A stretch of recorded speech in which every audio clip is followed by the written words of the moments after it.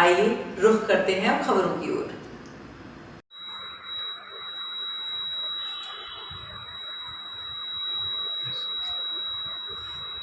World COPD day के उपलक्ष्य में आज हम सब इधर प्रेस वार्ता कर रहे हैं। मेरा नाम डॉक्टर अंकित राज है। मैं एक चेस्ट फिजिशियन हूँ जो फेफड़ों से संबंधित बीमारियों के बारे में स्पेशलिस्ट हूँ। वर्ल्ड सीओपीडी डे ये क्यों मनाते हैं और ये कब मनाते हैं? वर्ल्ड सीओपीडी डे नवंबर महीने के हर तीसरे सप्ताह के बुधवार के दिन मनाते हैं और ये इसलिए मनाते हैं क्योंकि इस बीमारी के बारे में जानकारी देने के लिए और आम जन को अवगत कराने के लिए, क्योंकि नाम भारी भरकम है सीओपीडी, तो लोगों को समझ में नहीं आता भाई किस प्रकार की बीमारी है।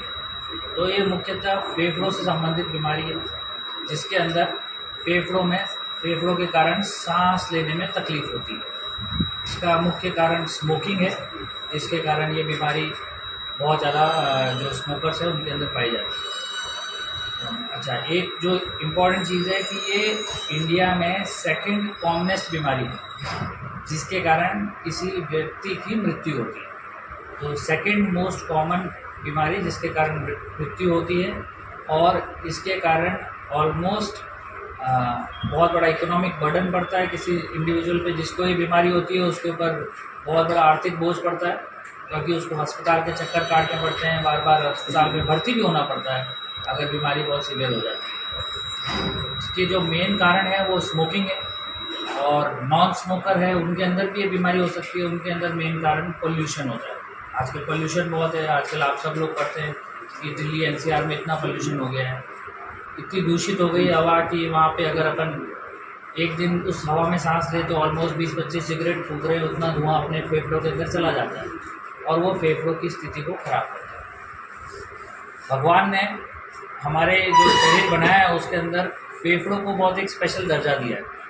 वो इसीलिए क्योंकि जितना 78,000 लीटर्स एयर जो है हम एक 24 घंटे के अंदर बाहर करते हैं।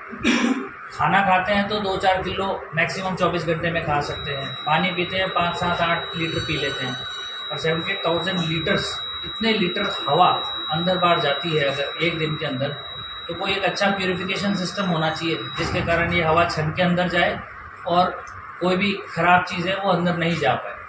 तो जो फेफड़े हैं वो एयर कंडीशनिंग का भी काम करते हैं, एयर प्यूरीफायर का भी काम करते हैं, एयर ह्यूमिडिफायर का भी काम करते हैं। तो सारे काम जो हम अलग अलग मशीनों के द्वारा करवाते हैं वो एक भगवान ने ऐसे फेफड़े दिए हैं जो ये सारे काम करते हैं। सेकेंड चीज़ हो गई फेफड़े। अगर आप नॉर्मल चल रहे हैं तो धीरे सांस लेते हैं, तेज़ चल रहे हैं तो फास्ट सांस लेते हैं। इन सबको भी अकोमोडेट करते हैं, इन सब के लिए भी आराम से मोल्ड हो जाते हैं। फास्ट सांस लेना है तो फास्ट सांस दिलवा देते हैं, धीरे सांस लेना है तो धीरे सांस लेते हैं। इसीलिए फेफड़े ऐसी चीज़ बनाई है जिससे हम जीवित हैं। बिना ऑक्सीजन के तो हम जीवित नहीं हैं। तो वो शरीर पूरे वातावरण से जो बॉडी के अंदर ऑक्सीजन लेनी है खून के अंदर, वो फेफड़ों के माध्यम से ले रहे हैं। अब ये सीओपीडी बीमारी जो है ये फेफड़ों को अफेक्ट करती है और फेफड़े में जो सांस की नलियां हैं उनको सिकुड़ा देती है।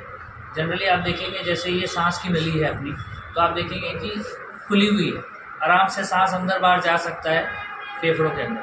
जैसे जैसे सीओपीडी बीमारी होती है सांस की नली में सिकुड़न पैदा हो जाती है, सूजन और सिकुड़न पैदा हो जाती है।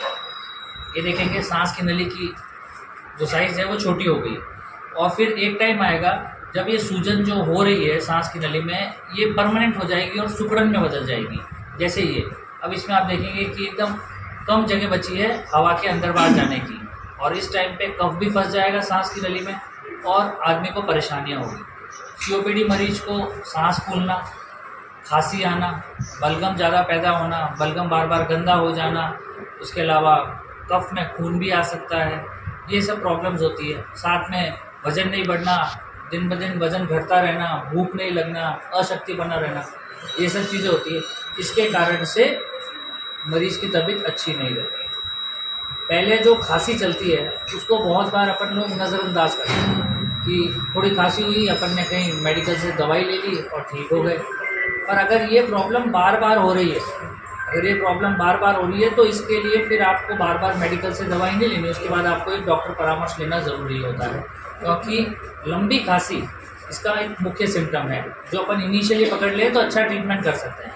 अगर यही लंबी खांसी चलती रहे और हम ध्यान नहीं दें तो आगे जाके फिर सांस फूलना शुरू हो जाता है कि मैं 2 माले चलता हूँ, मेरा सांस इतना फूल जाता है, मेरे को बैठना पड़ता है या थोड़ी देर रुकना पड़ता है, तो फिर ये सब चीज़ें शुरू हो जाती है।